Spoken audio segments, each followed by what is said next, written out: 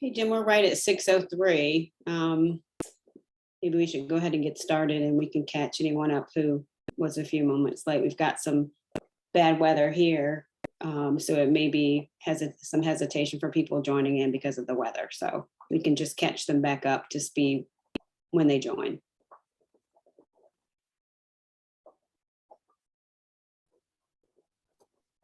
We can do that. I'm looking at the attendees right now, and it's basically the project team, either from CHW, the CHW team, or the city team, I think. I think we have one, We have one. maybe two. We have Georgette. I'm on council. Oh, well then, okay, you're part of the team too. Well, welcome. I couldn't see the whole name. So if you want to give it till, a few more minutes, I mean. Give it a minute. Let's give it one more minute or two, and then we'll Okay. go ahead and move forward. Okay.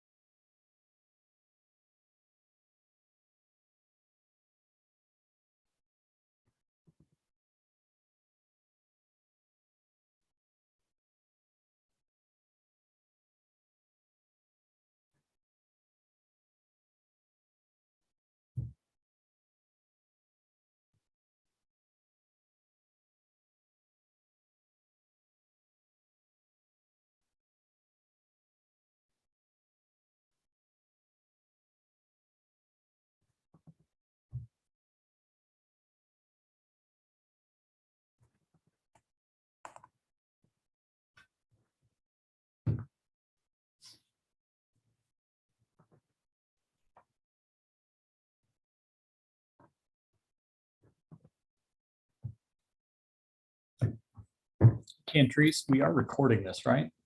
Did I see Yes, that come up through? Okay. yes, we are.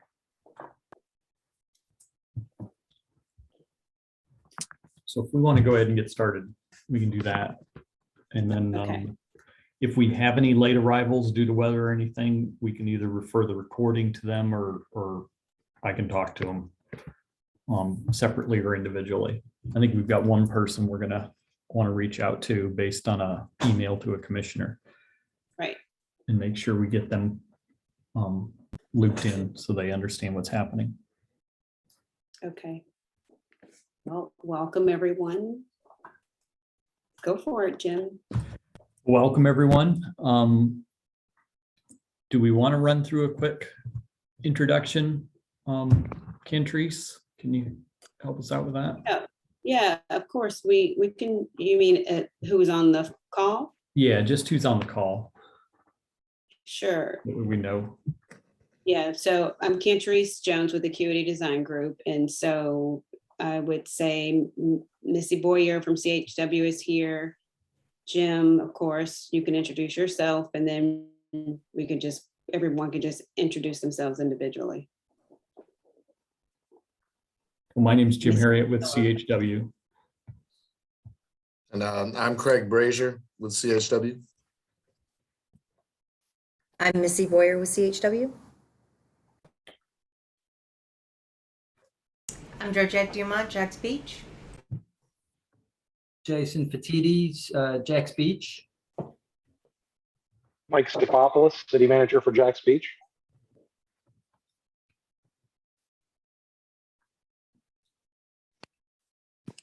I'm Jens Sorensen. I'm a citizen at Jack's Beach.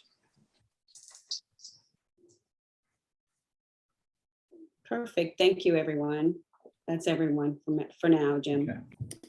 Well, just to kind of lay out where we're at, this will be a bit of an overview.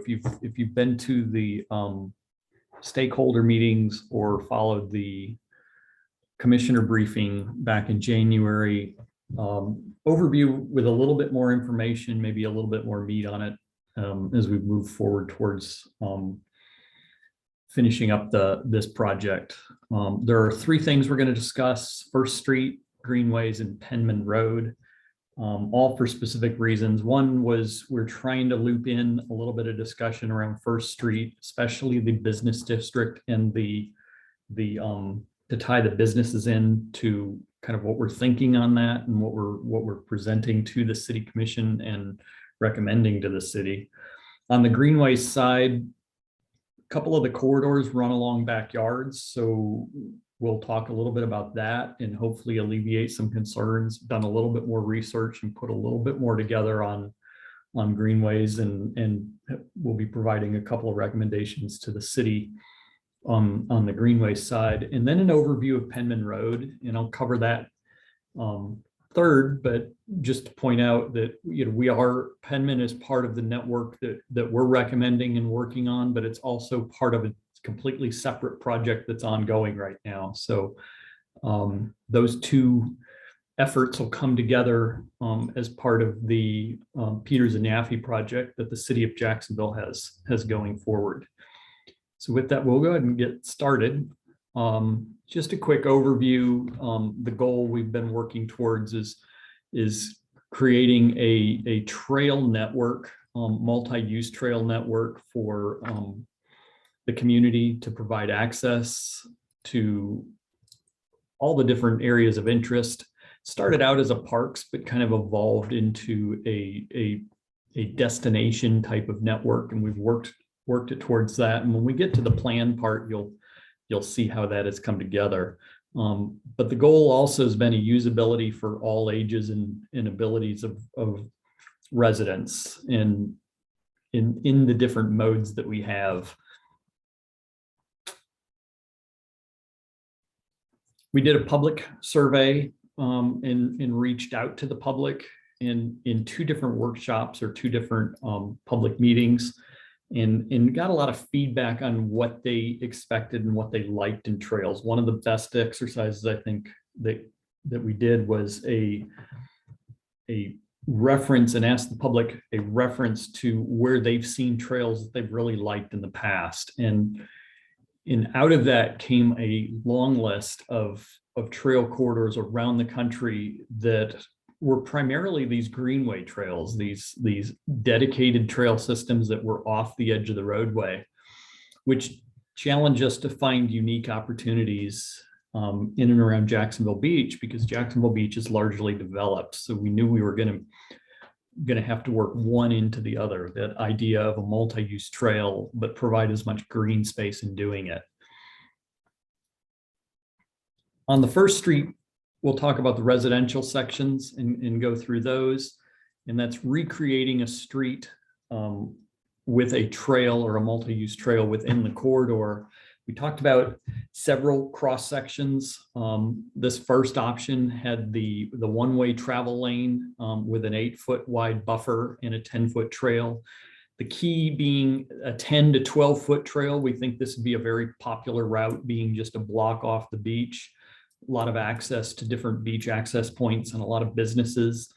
Everything kind of loops on the east side of A1A. Everything kind of loops to this corridor. So, 10-foot to 12-foot trail, but then adding a significant buffer with the travel lanes. And the goal of that buffer is to provide a safe environment. And when I say safe, in my mind, I've always looked at, if I have a 4-year-old or a 5-year-old who's learned how to ride a bike and they're riding with me or riding with their family, do I feel comfortable in a situation where they can navigate that facility on their own as part of the family? Or do I feel like they have to be in some type of wagon or car seat because I can't trust them in the environment with larger vehicles? So safe, we tried to create that environment where the family could ride together, even down to the youngest of the families riding on that network.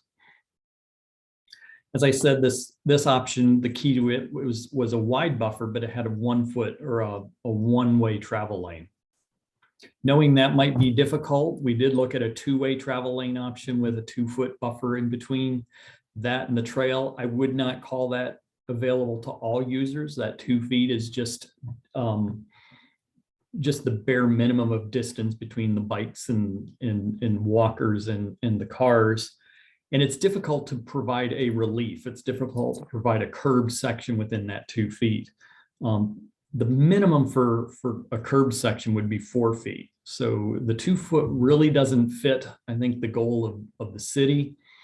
But it did fit within the curbs of the existing First Street. It went back to curb. It's probably the lowest cost option, but I really don't think you get much out of that option. And that led to an option 3, which was maintaining 2-way travel. The buffer is a little bit narrower, but we take the curb and the sidewalk and create the 12-foot trail. That provides the most capacity on the trail. We still have a substantial buffer, and then 2 10-foot travel lanes. The 10-foot travel lanes should calm traffic down a little bit and settle everything down. Makes it possible to lower the speed limits. The 7-foot buffer provides that safe environment for the trail. And then the 12-foot travel, the 12-foot travel lane for the trail provides a good capacity for all the users. Jim, could you just refresh my memory? What is our current width of the travel lanes on First? Based on our measurements in different locations, it looks like they vary between 11 and 12, but I think you've got basically 36 feet, 3 travel lanes out there between the backs of curbs. Might be a Okay. little bit more than that in some areas. Great, thank you. I can probably verify, let's see, 12, 20, 30, yeah, in that area. There have been examples of reconverting streets. This is one up in Illinois. It's 2 travel lanes. They did a 4-foot separator with no curbing. And I'm not sure why they did that. I wouldn't have recommended it. This type of situation in Florida, and maybe even in Illinois, this type of situation always struggles to maintain a grass or growth area, but the concept is right. I suspect Illinois probably was thinking snow removal, and the easiest way to get the snow off the travel lanes in one direction was not to put the curb there. But you know, the idea in the cross section gives you an idea what we're thinking. As I mentioned, this is probably about a 4-foot based on the scaling, and it's probably a little bit narrower than you'd want. So what did that corridor look like? This is about 36 feet of pavement between the back of curbs. It's about what you have on First Street. And they just basically reconverted that into 2 travel lanes in the bottom right picture. It's the exact same location, 2 travel lanes with curbing, and then a 4-foot separator. Mentioned the width of that, and then a 10 to 12-foot trail next to that. When this came up and we talked about it at one of the public meetings, this possibility, the question was, what happens with trail users and cars when the cars want to cross the trail? And there are some treatments that we would recommend and we'll include in the master plan, but basically the cars need to yield to the trail users and allow those trail users to pass pretty clear. Same thing happens on a sidewalk today. Throughout Florida, the cars must yield to the pedestrians or use it, the people using the sidewalk. They also did this type of treatment across driveways and intersections that make it stand out. The intersections have either some type of different material, maybe pavers, or it's a stamped material or a colored material. But it stands out. You know something's happening at that intersection. The approaches to the intersection are tailored out to be different. The ADA standards are implemented there. And then on minor driveways, they did a pavement marking on the trail that helps delineate, tells the trail users what's happening, tells the drivers that they're crossing this facility. In the commercial sections, things change up a little bit. And the goal there was to create an environment where you could have the trail work through the commercial section and involve pedestrians into the street areas where traffic would be secondary to the travel of pedestrians. We covered this in the council briefing at the end of January, and one of the directions was to talk to the police department. And we did. We met with the police department, and they brought up several concerns. They loved the idea of bringing this down to a pedestrian scale through that area. They mentioned that the businesses currently get a lot of deliveries through that area, and they felt it was important to maintain that delivery aspect, and they were curious as to how we would accomplish that. And these streets can happen in many different ways. This is Wall Street in Asheville, North Carolina. This is a street that's open. I've personally been down it a couple of times, and you will many times encounter pedestrians walking through the street, much like you see here in this picture, as a car proceeds down through the street. The key to it is the environment pulls the car down to a pedestrian speed. You just basically crawl through that area. But it's accomplished through a couple of different approaches. One, the pavement is flush. That helps invite the people out into the street. The street furniture comes out to the edge of pavement or the edge of a travel lane, and then the pavement texture changes. The sidewalks are a different texture than the asphalt in the street, and that sets it apart. This one in New York, you can see it's actually a paver area. You can see the street furniture pulled out, and deliveries in this case are made, but there's more than enough of a welcoming environment for pedestrians to work their way through the street. This one in Boston, this one does have a little bit of a curb section along the one area, but the pedestrians in the street kind of take over. Once again, deliveries are made in that location. So kind of looked at these different examples and how that would work on First Street so that you could maintain that. State Street in Madison, Wisconsin runs between the Capitol and the University of Wisconsin. It is entirely pedestrian and bicycle, with the exception of official vehicles, and that's either state vehicles or buses, for example. The street furniture is pulled down into the street, and people are welcome to use the street.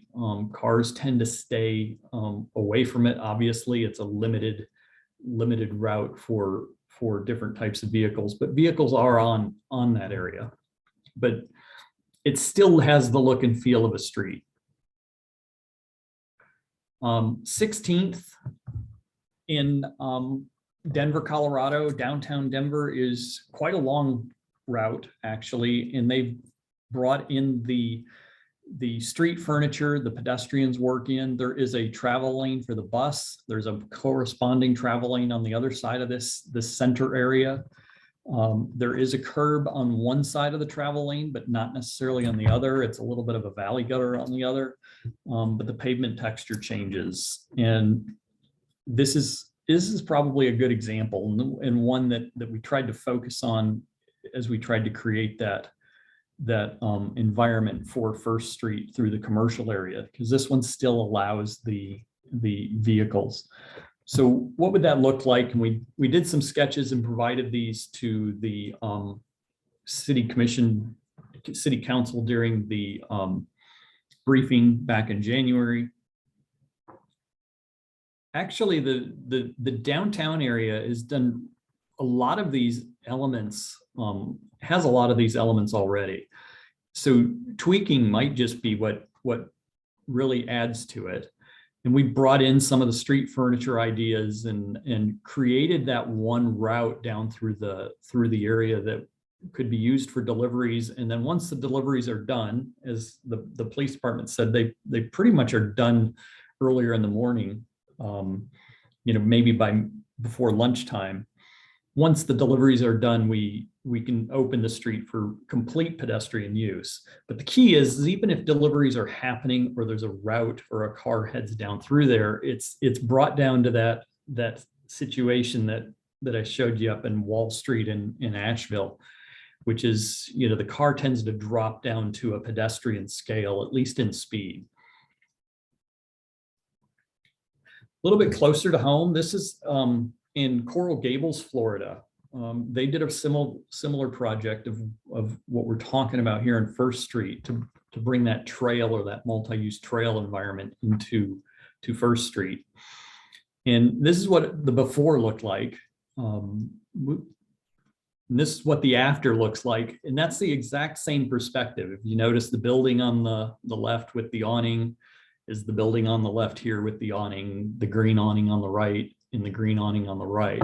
They literally brought trees and everything down and then pulled their street furniture down into the street. Now that it's accessible to vehicles if you needed it, but they didn't make it very practical for vehicles if they pull the street furniture in. So we would look for some balance as we get into the recommendations part. This is once again is that Denver, Colorado street. You can kind of see the street furniture and this probably fits well. This street is a little bit wider than you're dealing with on First Street.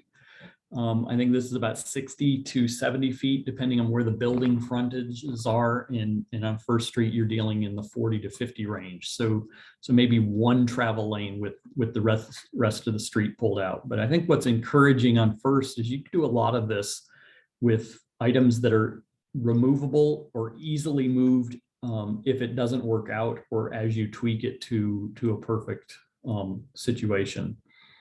So again, these planters, the trees, just kind of settles the whole corridor down. And then that's also the same street in Denver. You can just see the different aspects of it. On the Greenways side, just to refresh everybody's memory, the Greenway is basically a dedicated corridor through a green belt or some type of park setting. It's separated from traffic completely. You wouldn't experience any traffic along the corridor other than where you might be crossing a roadway. And then it's just a safe environment for every user. The scale of the users are all pretty close to each other. So you're looking at a very high factor of safety on the corridor. Unfortunately, the city of Jacksonville Beach doesn't have a lot of these areas. There are a couple of areas that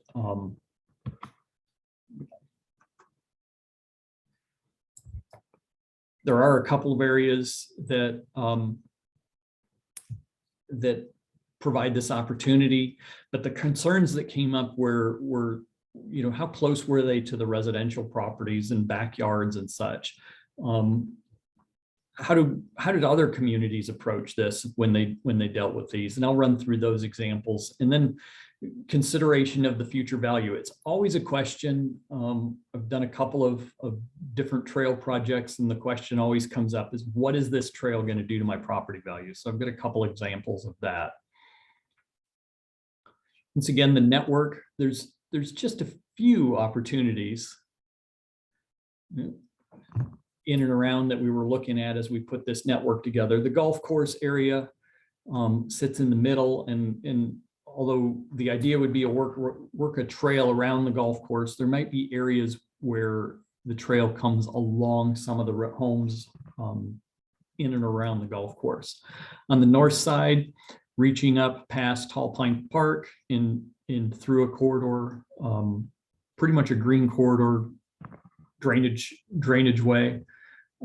This is a drainage way. We've talked about getting up to the school. This one was really a policy question because of the nature of ownership. Right now it's an FDOT corridor. So, getting FDOT permission is probably easy, but with it probably comes maintenance, or at least that's where they'll approach the agreement from. But it's out there as a possible corridor, shouldn't be ignored.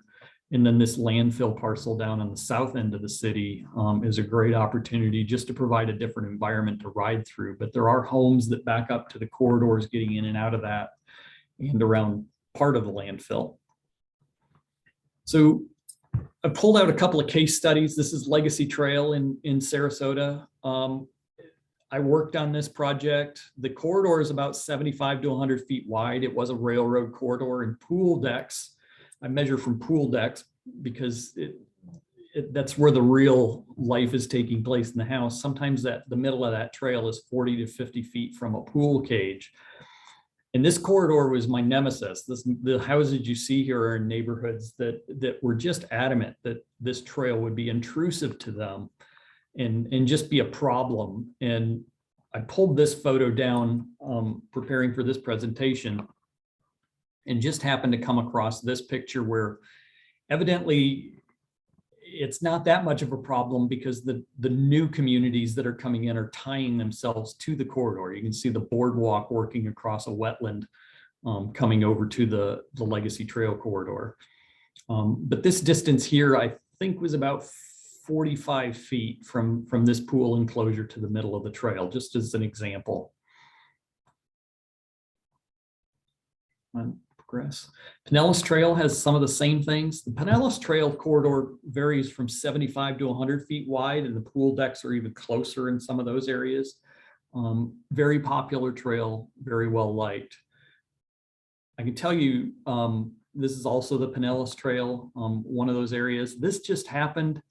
I don't know the history, but there's a double path here, and I'm not sure if they did it to fit it in or if this path was already there.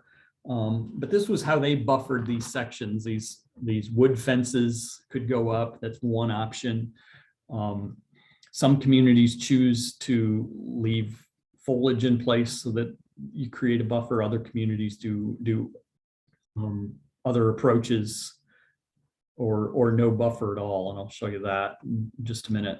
So this is an area I was in several years ago. And if you're familiar with Dublin, Ohio, it's a very nice community just outside of Columbus, Ohio, that dedicated themselves years ago to a trail network. They wanted you to be able to move around the community on trails.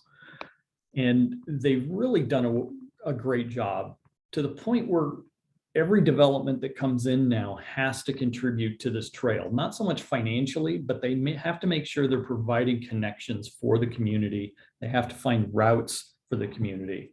But many times you see these trails come off the neighborhood, maybe off a cul-de-sac or something, and then loop around and in behind the homes. These trails, this trail here is about 75 feet back, and they've done a good job planning these areas so that the trails are offset. But many times getting to the mainline corridor of the trails comes between houses. And you can see here, the trail comes off the cul-de-sac street or off the sidewalk area and then up between the homes. It's interesting that, you know, over time, the community has grown with these, and by and large, they're accepted and even expected to have this happen. It's just part of the way they see their transportation network and the way they see their community coming together. But there are just repeated examples. If you notice, there's no fences. Sometimes the yards are fenced, but in these cases, there's no fences buffering the trail from the homes. But they did do landscaping, and some of that landscaping needs to grow up a little bit. But many times it's just right there in between yards, and it's just something that the community looks at and says, you know, this is a part of our community, and this is how we do it. It's probably a case of it's taken time, and everybody's kind of caught on to the vision of what the trail network is and why it's important and how it benefits everybody. And then it becomes a little bit easier to have one in your side yard or backyard. In terms of value, these are actually pulled off of Zillow just recently. And I think I've mentioned this before, but not often do you list detriments to your house sale in your description. So this is a description. So I took it straight off the web, off Zillow. This is in Sarasota County, up against the Legacy Trail. And down here, I won't read the whole description, but I did highlight, you'll enjoy one-of-a-kind lakeside location in a wide range of in-community amenities and community access to the Legacy Trail. Different one, this house also for sale in Sarasota. They did it. This is part of their ad. I didn't create this picture. You see the house here and the new Legacy Trail up through the back, downtown Sarasota. The home backs up to the newly developed Legacy Trail, which is perfect place to take your dog for a stroll or a bike downtown. The point is once these trails are in and the community starts using them, in just about every case, it seems to be that they become, a benefit to the community and a benefit to the property owners that are in or around those trails. I can tell you that the Legacy Trail was built in 2 phases. I worked on the first phase. Well, after I had left, they went out to the community for a referendum, and the community passed almost 70% in favor of the next phase being funded through a sales tax, a short 1 or 2 year sales tax that bought the corridor and built the corridor. And that's the corridor you see this home backing up to. So once again, on the greenways, maintain the greenway and always buffer it through landscaping. I think that's important if you're up against houses. It's the way you would address that, limit and mitigate some of those impacts or perceived impacts. I think the key though is when you get into design of a specific corridor, you start looking at the details and the specifics on a case-by-case basis, which is a little bit beyond the scope we were working on here. But it would involve the design team walking that corridor and identifying exactly where the trail sits and what foliage is in existence there today and how that trail would work through there, and then determining what other buffering could be installed, be it planted or structural like a fence. But in terms of a recommendation to the city council implementation, I wouldn't recommend these to be your first trails that you fund and work towards and construct. I think there's a lot to be said to take the Dublin approach, where you kind of grow the network to these corridors, where basically the people who live in these corridors realize they back up against something special and something unique, and they start coming to the community and saying, hey, when does our trail come in next so we can tie to these? And then Penman Road, I'd just point out in the first, right off the bat, I mentioned it at the beginning, Penman Road is a project of the city of Jacksonville, and they've hired Peters and Yaffe. We have been in contact with them, and we have talked to them and met with them.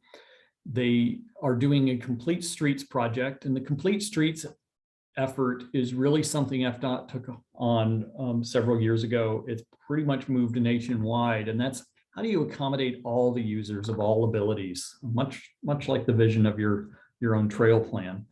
And then how do you create a street around that? So we did a little exchanging of cross sections and ideas and how that would work, knowing that we were just working on the master plan for the city of Jacksonville Beach.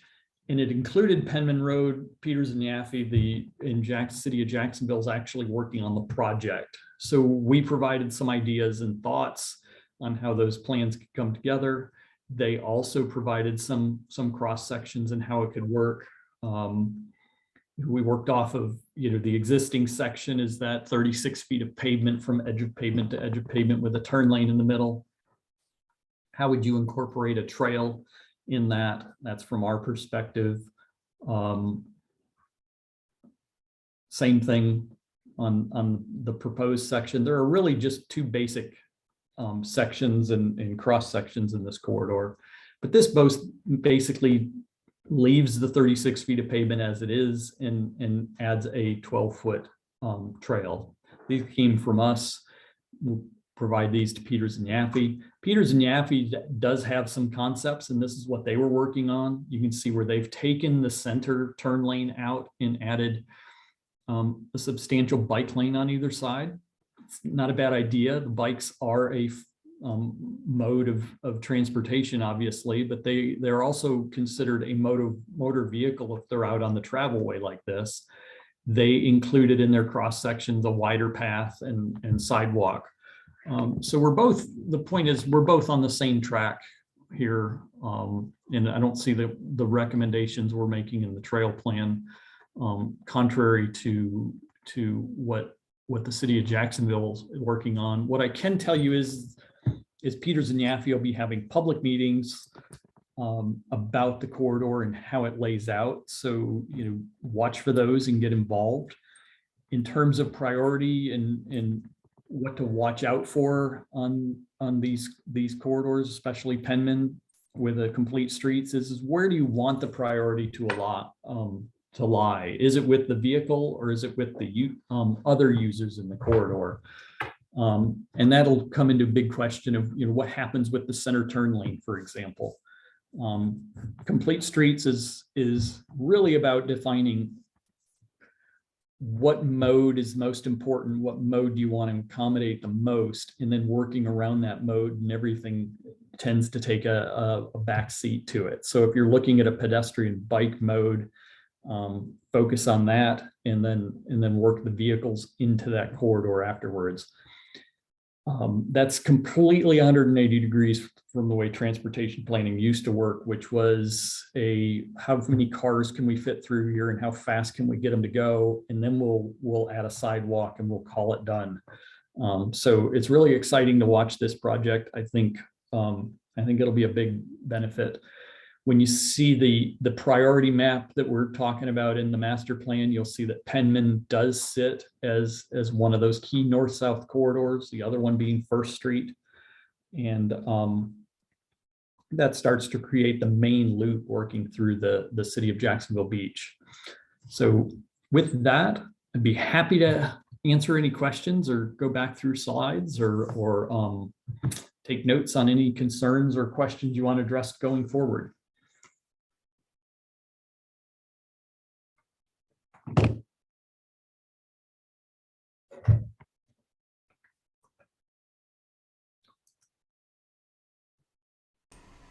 I have a quick question. Mhm. I guess a couple quick questions. And one's for Jason. On the American Ave old landfill area, you were going to do some reach out through Parks and Rec. Did that happen, and what was the feedback you received? No, it hasn't happened yet, Georgette. We were waiting for Jim to get us a preliminary draft so that we had something concrete to show them. We are hoping to do that here within the next 2 to 3 weeks. Great, thank you. And my second one is, I know I've been going to council meetings long enough.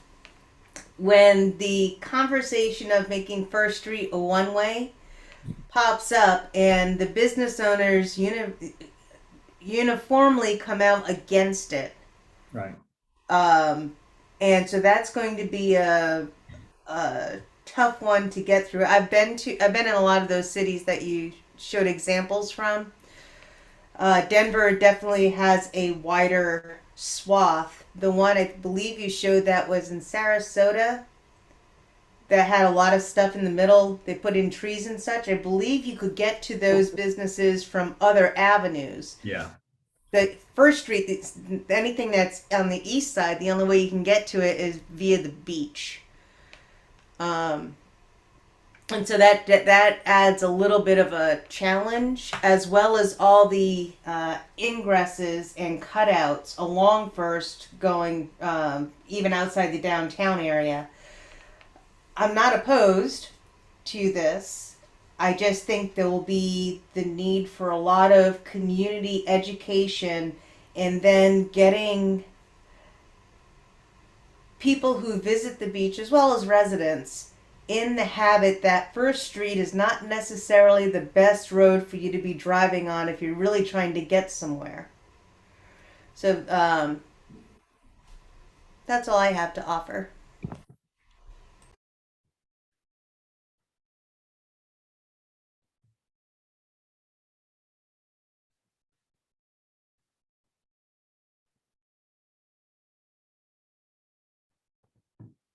those are good points on First Street. And as we sketch things up and play with designs, that's what we're working through and struggling with. It is a challenge.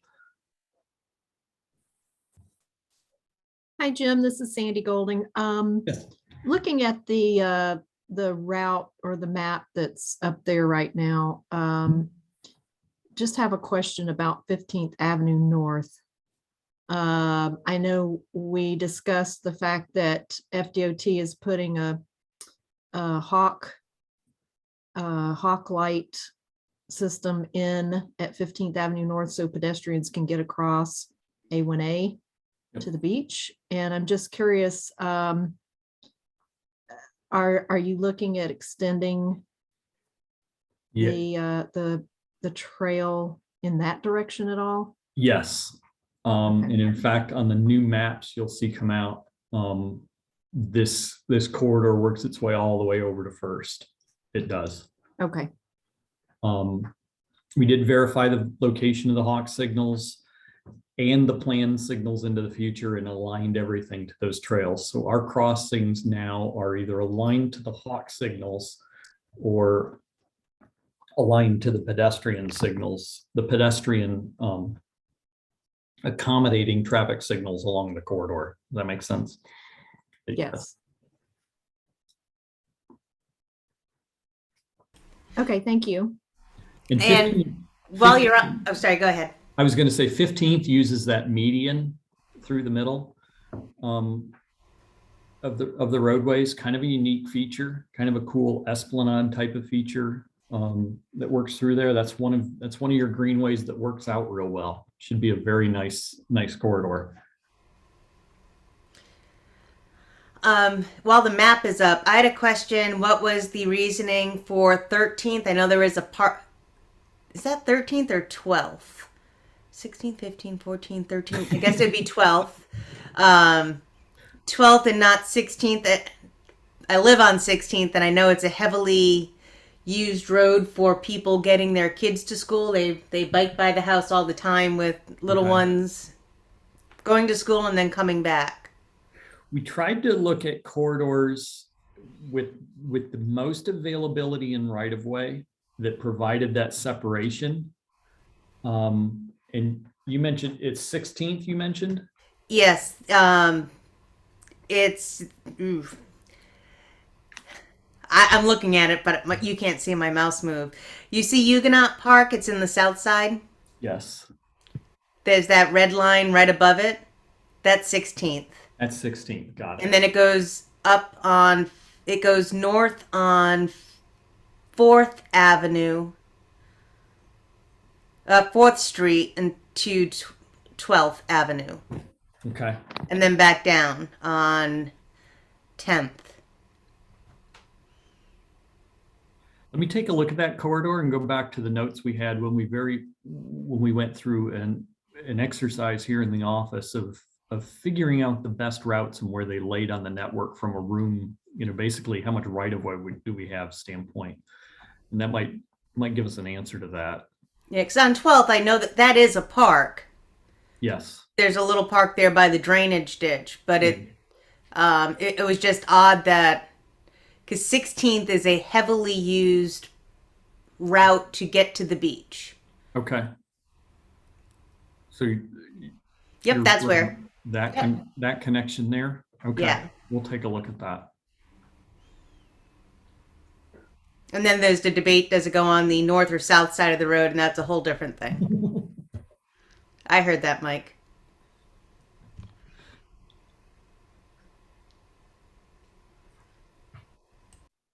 My microphone was off, but you probably did hear me giggle on this end. Yeah, you giggled loud enough I could hear it without the microphone on.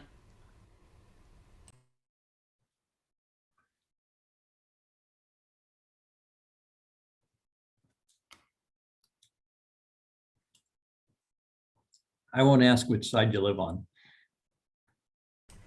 My block, we only live on one side of the road. There's a drainage ditch on the other On side. the other side? Okay.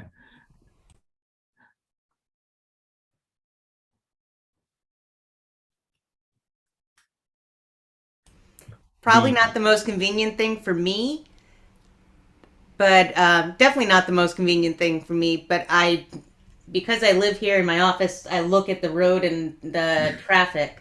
A lot of people use it for on their bikes and walking and running and things like that. I think the other exciting opportunity is the golf course and being open to putting trails on that. We've done a lot of research on how to fit a trail in these routes on the golf course are conceptual to a large degree.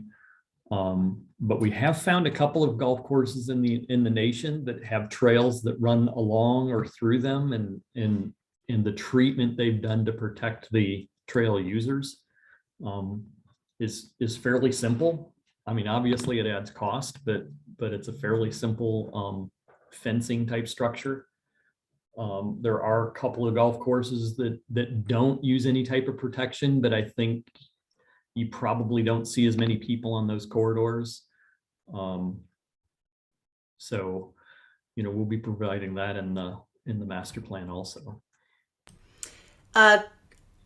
Could I thought that there was discussion about also putting a trail on Shetter, and if not Yes. completely on Shetter, just south of Beach Boulevard. Yes. Shetter is Down. Nope. Go down. Down. Oh. Down. Yep. There you go. Above the golf. There it is, right Yeah. there. Yes. Shetter is now included in the map and on the trail in the network. It's Okay. one of the secondary trails that did come out of the community. It basically provides access to several of the businesses and lost the mouse. Several of the businesses and I forget the name of the shopping center, but I've got The it. Publix one. The Publix shopping center, yeah.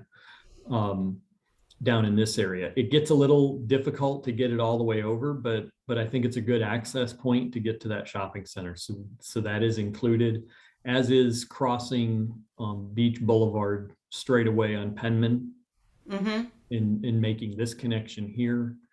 And then there's a couple of other connections that kind of close these gaps, these areas with no trails in them. We've added some of those. Okay, and then I'll be quiet after this. Pablo Towers is just south of Beach Boulevard, east of 3rd Street. And they walk a lot, specifically to Publix and just, just around. Is there an easier way for those residents? It's in a retirement, senior citizen living. Is there yep, right there. Is there an easier way to help those residents get to the trail, as specifically going east-west on 3rd to get to the Publix and such? And I know that we start getting into FDOT and such there. Let me check into that and see where the best crossing would be. And I have to admit, between 3rd and 1st, all those streets are really jammed. Yeah, they are. They're really tight. So let me go back and look at that. I made note Pablo Towers, and I'll take a look at that so we can get a firm answer to you on that. Great, thank you. Because if there's a group of people who walk a lot, they live there. Okay. You also have a really unique opportunity with 1st Street and the boardwalk that kind of run parallel to each other. Kind of creates a neat little downtown loop and walk. When it comes to the East Coast Greenway, it might be one of the only areas like that in the entire East Coast that has such facilities right up on the water like that. It's really kind of cool.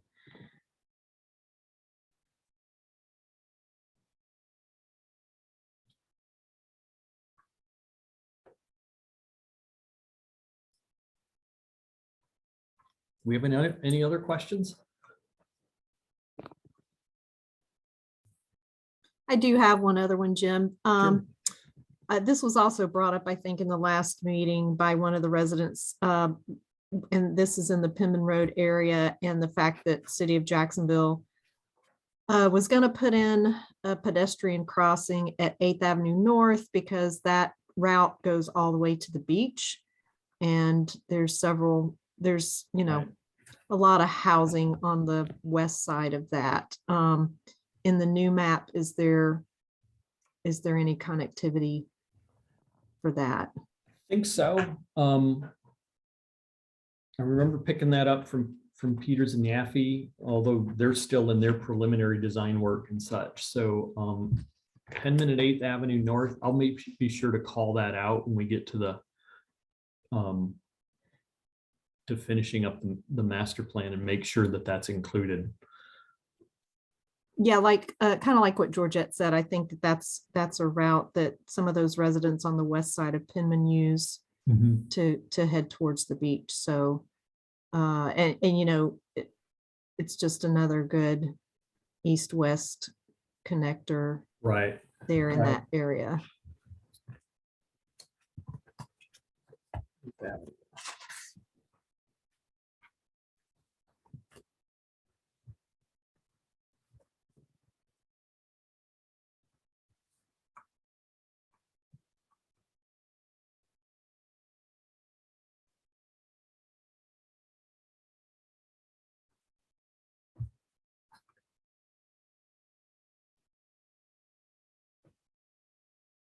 Any other questions?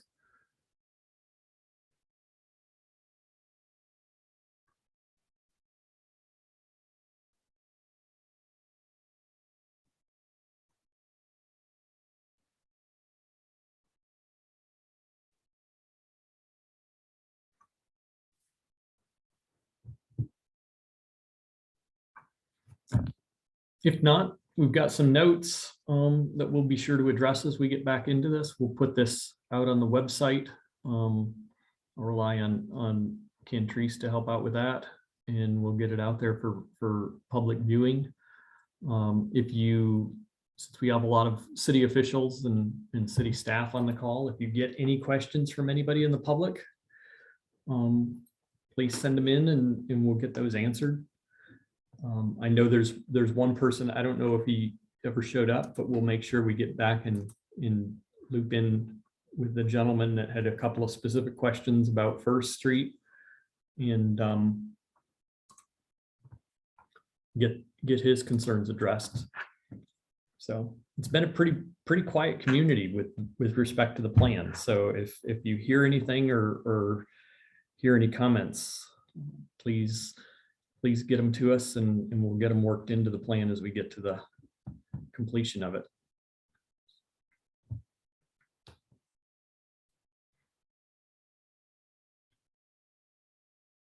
With that, Cantrice, did you have any administrative stuff you wanted to cover before the end?